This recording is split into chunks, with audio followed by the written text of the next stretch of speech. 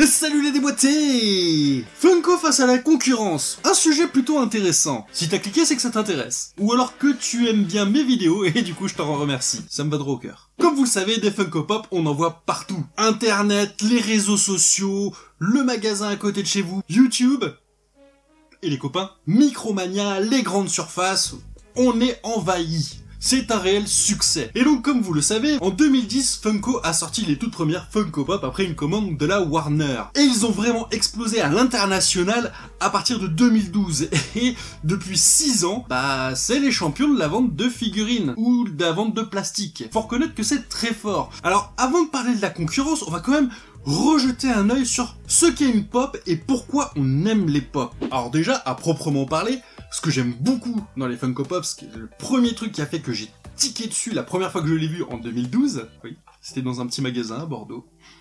Elle était là, et j'ai fait waouh, il m'en faut une. Et c'était donc la pop de V pour Vendetta, et le premier truc sur lequel, voilà, j'ai vraiment flashé, c'est le packaging. Franchement, c'est beau, c'est propre, ça fait professionnel, ça fait sérieux, ça donne envie d'acheter. Et après, la petite figurine.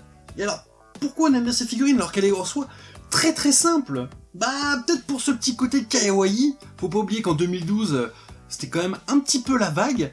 Et cette petite forme chibi, vous savez, ces personnages grosse tête, petit corps. Et je pense, sérieusement, et même dans le documentaire sur Netflix, ils le disent eux-mêmes, c'est ça qui est à l'origine du succès des Funko Pop. Mais oui, regardez, c'est chibi, c'est kawaii. Mais même Chucky, un personnage affreux, moi il m'en ferait faire des cauchemars. Et ben là il est tout mignon, on a envie de lui faire des bisous et des câlins. Bon, je le mets pas quand même dans ma chambre, quand je vais dormir, parce que j'ai pas envie qu'il me regarde. Mais voilà, vous voyez, même un monstre, ils arrivent à vous faire quelque chose de mignon. C'est ça, ce côté chibi kawaii qui fait toute la différence. Et là forcément, en 2010, Funko sort les pop, bon jusque là, ça commence pas trop, puis 2012, ça commence à prendre une sacrée ampleur, et ça, les autres marques, elles se sont dit, ouais, attends, on fabrique des figurines, on en vend, et l'autre il arrive avec des petites figurines à la con, pas chères, et il cartonne. Il va nous faire mettre la clé sous la porte, non, il faut qu'on réplique, il faut une réponse.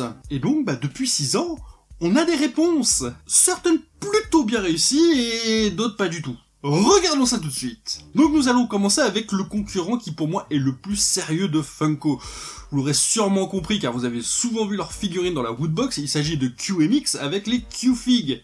Alors voilà, 2 exemples de figurines juste, voilà, super jolies, donc Deadpool, voilà, donc là les détails sont super bien faits. Et Mr. Freeze en train de manger une glace, j'adore cette figurine. Franchement, dans l'idée, je la trouve géniale. Donc voilà, là un concurrent qui fait vraiment de la figurine de qualité, bien détaillée, tout ce qu'on veut. Mais voilà, le catalogue est plutôt léger, c'est plutôt les licences DC, un peu Ghostbusters. Et le prix aussi, c'est au moins une vingtaine d'euros si vous commandez sur internet. Pas de grosse production comme Funko, parce que Funko, ils vous en mettent plein la vue à un moment. Vous savez plus où mettre votre argent, Et là, pas beaucoup, donc, ah oui, tiens, une nouvelle Q-Fig. Ah ouais, elle est jolie, ouais. Vous l'achetez, et puis dans tous les cas, vous oubliez jusqu'à qu'il y en ait une nouvelle qui sorte. Ça serait un peu le problème de QMX. Et pareil pour Q-Fig, vous voyez, quand la figurine est dedans, il y a le plastique qui est devant la figurine, donc le packaging non plus fait pas super envie. Voilà, là, c'est sûr, on a vraiment envie de sortir la figurine, alors que les pop, pour beaucoup, on aime bien les laisser dans les boîtes, parce que, il est joli.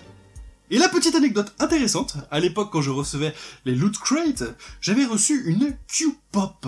En fait c'était le premier nom, à la base ça ne s'appelait pas des Q-Fip, ça s'appelait des Q-Pop. Et je pense que Funko à ce moment-là se sont dit, attends, là il y a un problème quand même. On est quand même en train de lancer un truc, l'autre il arrive avec Q-Pop, les gens vont confondre, ça va pas le faire. Donc qu'est-ce qu'ils ont fait ces petits malins? Donc comme vous pouvez le voir juste ici, voilà, vous avez marqué Pop. Eh ben les petits malins, ils ont déposé le nom. Maintenant, juste ici, je sais pas si vous le verrez bien, vous avez un petit R pour dire que, voilà, il est réglementé, que, c'est une marque déposée.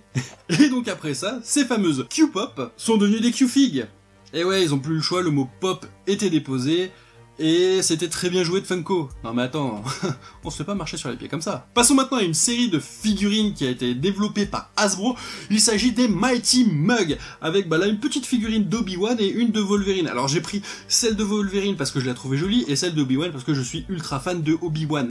Mais en toute franchise, les autres figurines, à part peut-être celle de Deadpool, je les trouve pas ouf. Donc franchement, je pense pas que ça sera un grand succès, j'ai vu quelques grands youtubeurs américains en parlaient, essayaient de vendre ça, mais j'ai pas l'impression que ça ait fait mouche. Le seul truc, voilà, assez sympathique sur ces figurines, bah, quand vous appuyez, ça fait des visages différents.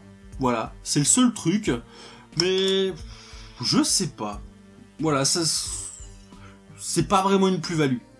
C'est original, mais c'est pas ouf, c'est pas un objet de décoration. Et puis même, vous voyez, le packaging, c'est dans une boîte comme ça, on n'a pas envie de le mettre en décoration. Si, le seul truc intéressant que je verrais avec ça, c'est pour faire des mini-scènes assez rigolotes. Moi qui ai beaucoup d'humour. Et Volvi, hein, ça te dirait de me gratter le cul? Ouais. Trop cool. J'ai pas dit quel genre d'humour.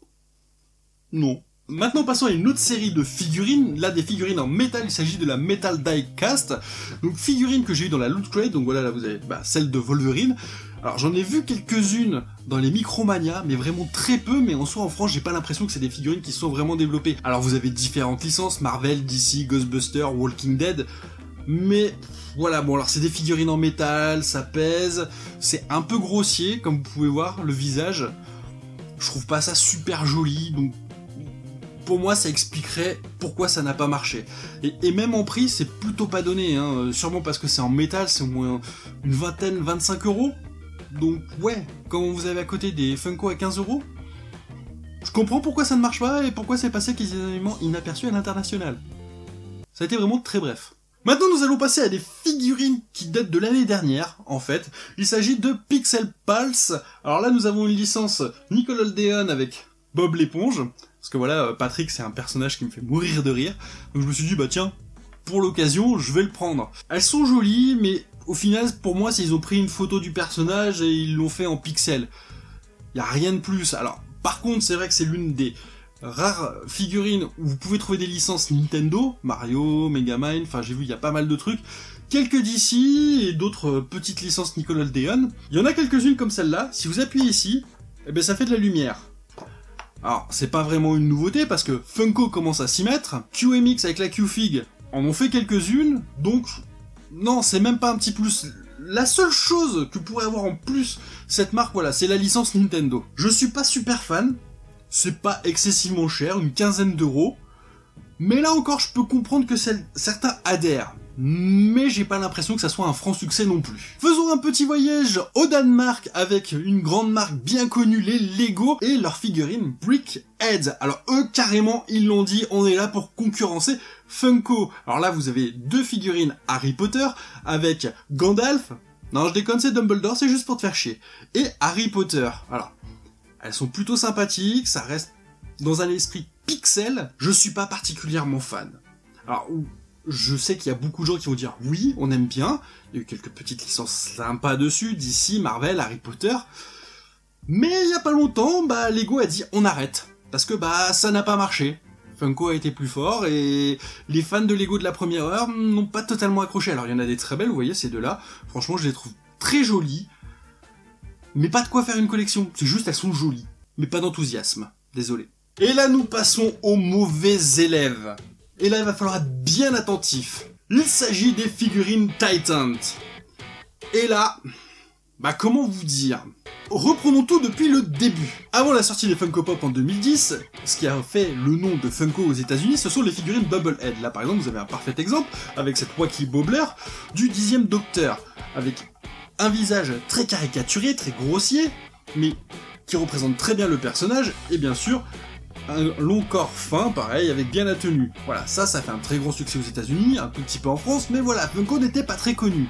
Arrivé 2010, les Funko Pop sortent, nous trouvons donc les figurines Funko avec le Docteur en 10e, voilà, chibi, kawaii, tout mignon, tout ce que vous voulez. Et donc là, Titan qui débarque, donc là vous avez de la chance, voilà, j'ai vraiment Lady Docteur pour vous montrer, qui débarque avec ça. Alors, dans le corps, c'est même limite, il est plus gros que la tête, donc déjà ça va pas. La tête reste dans un esprit caricature des Wacky Bobbler, mais qui en soi depuis des années n'ont jamais explosé à l'international. Donc non, c'était une grossière erreur de faire ça. Et dans l'ensemble, c'est pas chibi, c'est pas kawaii quoi. Moi franchement j'ai pas accroché une seule seconde, dites-moi en commentaire ce que vous en pensez. Mais moi, Titan, voilà, même là je vous en sors une autre, c'est celle de Saul Goodman, mais j'aime pas du tout. Je trouve même ça moche. Alors je les ai gardés parce que je les ai eu dans des box, dans des Nordblock, et même le packaging, j'ai jeté les boîtes. Oui, j'ai jeté les boîtes, il y a que les Funko que je jette pas. Bah, il reste simple. Donc voilà pourquoi... Non, la Titan, pour moi, ils ont fait une grosse erreur, en plus, pas une grande gamme de choix, donc non. Là, pour moi, c'est une grosse erreur. Et donc voilà, par rapport à cette concurrence, quelle est la réponse de Funko? Et bah pour illustrer ça, j'ai un très beau mème. Voilà, c'est celui-là. Donc voilà, pour le moment, Funko, bah... il est tranquille, il en a rien à foutre. Alors peut-être que dans quelques années, Funko va mourir de son succès, hein, c'est comme tout, ça monte, et puis à un moment, faut bien que ça redescende, hein, ça peut pas être éternel. Mais pour le moment, Funko a le vent en poupe. Donc avant de le détrôner... Mais je suis curieux de voir la marque qui réussira à le faire. Franchement. Alors attention, tout ce que je vous dis là, ça reste que mon avis. Vous en commentaire, n'hésitez pas à me le dire. Je veux bien comprendre qu'il y a certaines marques que je vous ai montrées qui vous plaisent. Et c'est vos droits, c'est vos goûts. Mais moi voilà, je reste quand même un très grand fan des Funko Pop. Si vous connaissez d'autres marques comme ça, qui sont dans le même esprit, bah n'hésitez pas à me le dire en commentaire. S'il y en a plusieurs, bah j'essaierai de les récupérer et je vous referai une vidéo pour les présenter pour qu'on en parle plus sérieusement. Si certaines de ces marques vous plaisent, bah pareil, n'hésitez pas à me le dire en commentaire et à m'expliquer qu'est-ce que vous aimez dedans. Parce que voilà, moi je vous ai donné mon point de vue, mais votre point de vue est tout aussi intéressant. Donc voilà, j'attends vos commentaires avec impatience, n'hésitez pas à me dire en commentaire ce que vous en pensez. Comme d'habitude, si cette vidéo vous a plu, n'hésitez pas à me le montrer en mettant un bon gros pouce bleu. N'hésitez pas non plus à partager cette vidéo, c'est super sympa, ça aide beaucoup la chaîne. Et comme je dis à chaque fois, ne le faites pas que pour moi, faites-le aussi pour les autres chaînes, les petites chaînes, les moyennes chaînes, les grandes autres chaînes. Quand vous aimez une chaîne et que vous voulez l'aider, c'est en partageant, en likant et en commentant, voilà. Et bien sûr, comme d'habitude, n'hésitez pas à me rejoindre sur les réseaux sociaux, voilà, Facebook, Twitter, Instagram, c'est les 3 endroits où je dis beaucoup de conneries et aussi je partage beaucoup de mes achats ou d'autres produits comme ceux-là que je présente, donc n'hésitez pas à aller faire un tour. Surtout Instagram, hein, les stories, c'est conneries sur conneries. En ce moment, je suis soft quand même. On va y remédier. Et allez les amis, c'était Nathieu de Ça déboîte, à la prochaine.